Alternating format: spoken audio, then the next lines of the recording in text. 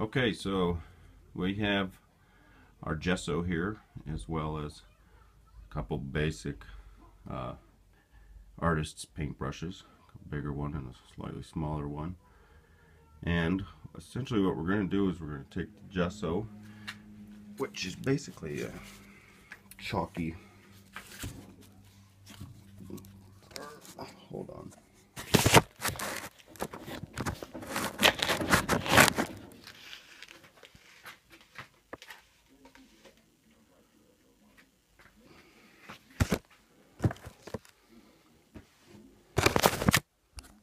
Alright, I'm back.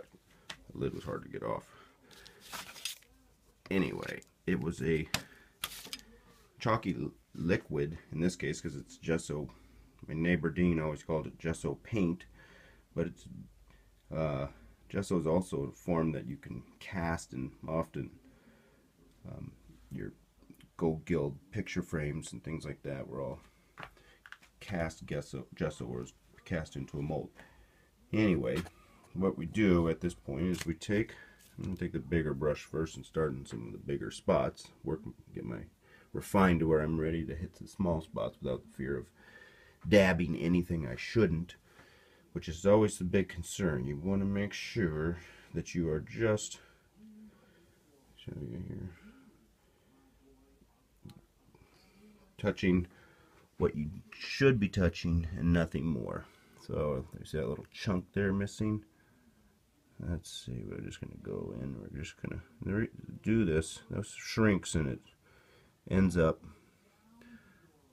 not filling this in per se, but as it says on the gesso container, it's essentially a primer, so it's soaking in, but it's soaking into the old gesso as well as the wood underneath, and it's kind of sealing it up and preventing it from breaking and cracking in the future. You see that? You just hit every one of these little spots.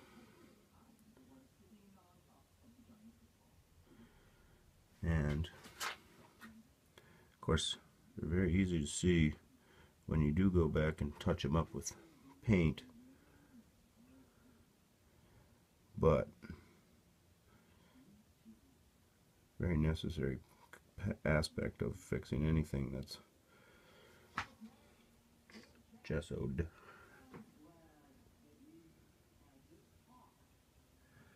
So there's a bigger one there. We'll get it all soaked in.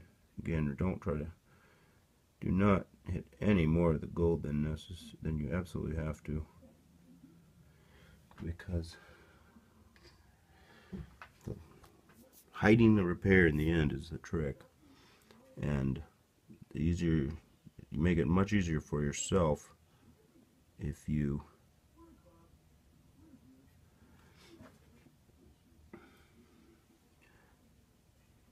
don't end up doing any more than absolutely necessary. I've stressed that point over and over.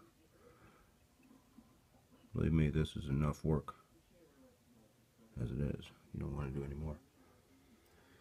So here we are, we're just going across here. Everywhere there's a chipped, excuse my camera if it's bad there, I'm not in the right spot. Anywhere there's a chipped out piece of gesso, we're kind of just fixing it there.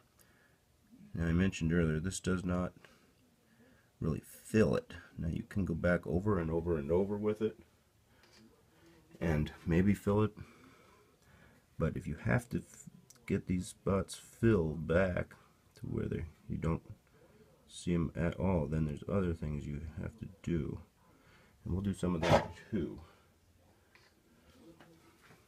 But that involves spackling and body putty and that kind of stuff. I'm just out of the camera angle. Alright, goodness gracious. I'm using the bigger of the two brushes first to hit the biggest spots.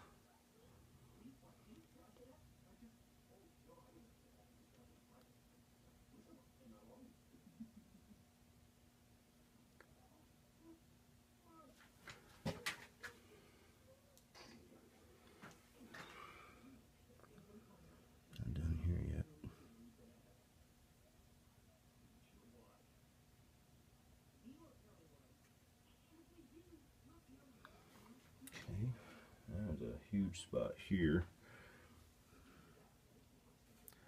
So let's go this way.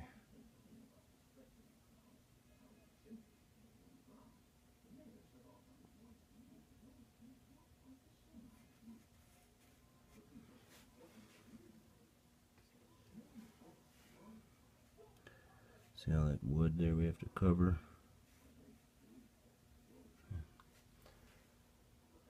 This is a spot where I may elect to actually fill it with some gesso. Excuse me.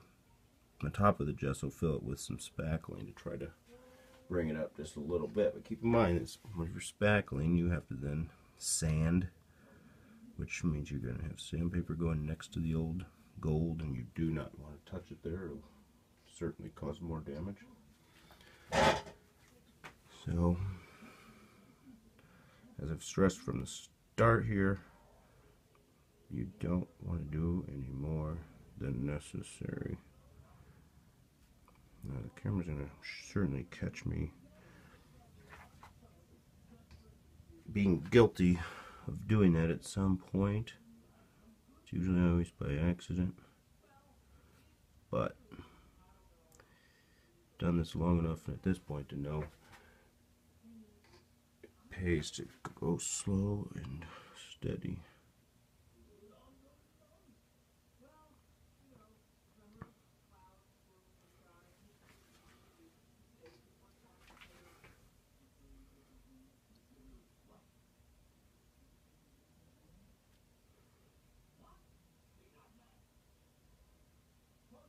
Where am I at there? My camera, sorry.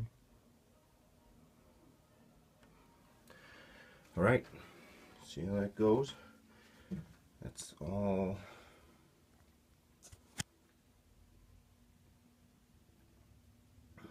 filled in now with gesso paint. And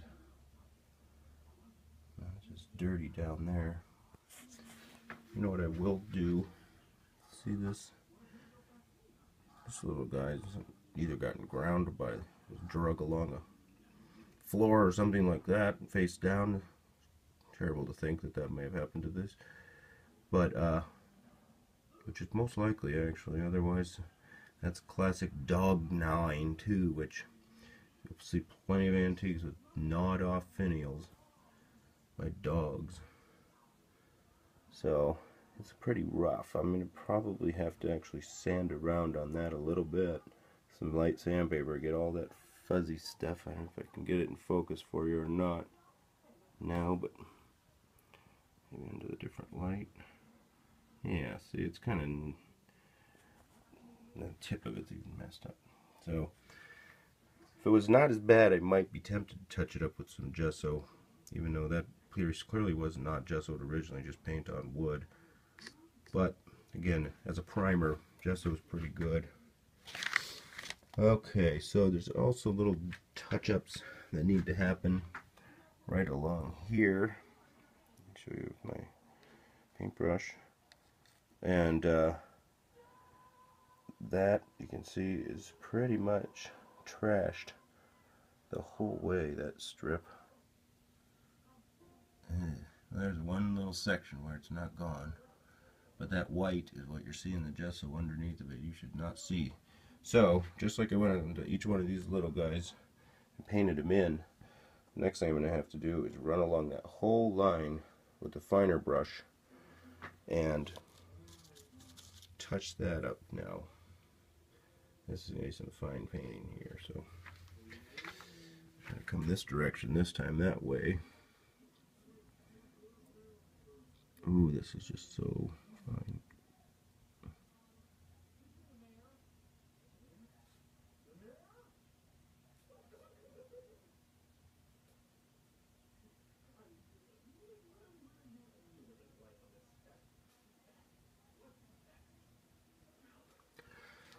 Ooh. So, I may cancel out here and pick up after a little bit, because it's kind of hard to hold the phone and run along that tiny little line with the gesso. So I'll catch back up with you in just a minute. This is just a quick shot to show you that the gesso is chipped on the back of that finial too, all the way around. So I'm doing the exact same treatment, painting in wherever it's missing. Show you there's a big chunk of it missing up here in the front too. Just basically gonna get in there and again cover the entire broken area. There it goes. That's it. Same thing on the other side, a couple places. And these will be done before you know it as far as this step goes. Okay, so we're ready to start into the old crests. And they have quite a bit of gesso loss, including this one has it all the way along the entire bottom. Huge chunk there. So, same treatment. I will be painting in every one of those little pieces.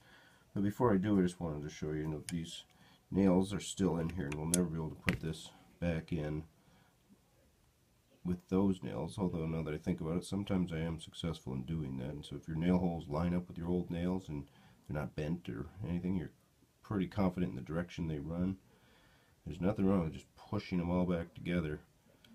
And as long as it seems like it's fairly sturdy, then I'd leave it. But in this case, I think because these have that screw hole right there, which there's no indication was ever used because it doesn't have a corresponding hole on the top of the cornice, I'm probably going to go ahead and try to use that hole with a flathead screw so you can't see it, and come back down and see it comes out the bottom, and there's one on all 4 holes are already cut for me. So some kind of a light manufacturing assembly line that was set up for these to make these. They may have used it for other pieces of furniture also. But I'm going to remove these nails, and I just want to show you how I do that real quick here. Most nails, just like any metal, will bend if you wag them back and forth.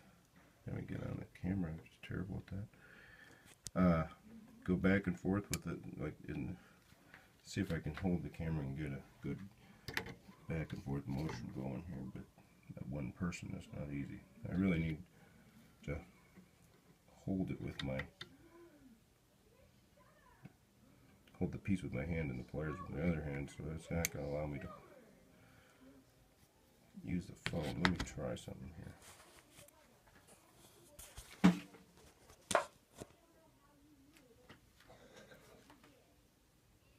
Way down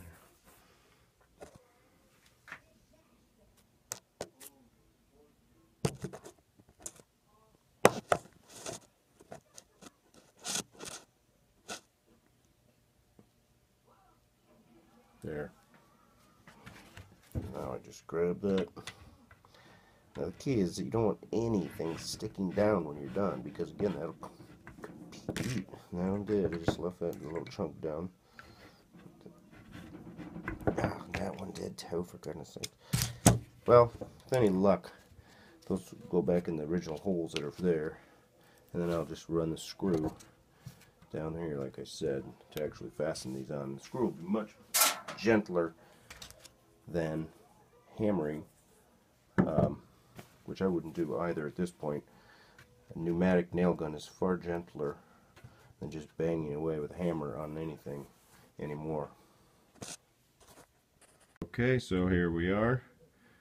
All the pieces, both the crests and the cornices, have been touched up. You can see some of the repairs there. That's about you see that in relation to the size of my finger, it's about 1 inch wide. To decide whether that's one we want to actually try to repair the chip away, or if we'll just touch it up with some gold. Luckily that's the only major damage across the bottoms of both of those, and of course that's what everyone's going to see when they look up at them, is the bottom. So pretty lucky on that. Got that all gessoed in all along there. That dang thing. I have to decide on that one too, how we're going to fix that, whether we think it would be visible while looking up, Part of me thinks if it just sits back past this lip just a little bit, there's no way that this lip would be visible looking up at it, in which case we can get away with just touching it up with black paint, and again, not trying to fill it. I hate filling. If you don't have to fill, don't fill. But that is step number 2, and we'll be dealing with that next. Alright, well that wraps up step number 2 for the cornice repair. Tomorrow night we'll look at filling a couple of the bigger dents, the ones we decide need filling. The others we're going to pretty much just touch up where we've gessoed them to try to make those little repairs disappear. That's what's next. But for tonight, this is Brian with the Aesthetic Fanatic signing off.